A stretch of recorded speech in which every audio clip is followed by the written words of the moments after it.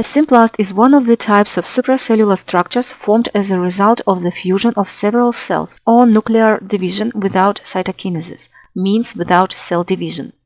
As a result, there are numerous nuclei in the common cytoplasm. An example of symplast is the muscle fibers of skeletal muscles, osteoclasts of bones, the symplastotrophoblast, the outer layer of the placental trophoblast. Let's consider the structure of the myosymplast using the example of skeletal striated muscle fibers of the tongue. Here is a slice of rabbit tongue stained with iron hematoxylin. This is how this preparation looks at low magnification of the microscope. The tongue is a muscular organ in which skeletal striated muscle fibers run in three mutually perpendicular directions.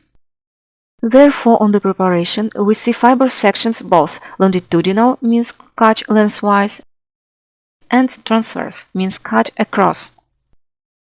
Longitudinal and transverse sections of muscle fibers.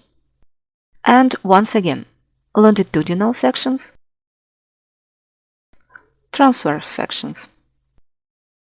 At high magnification, the components of the myosymplast are clearly distinguishable.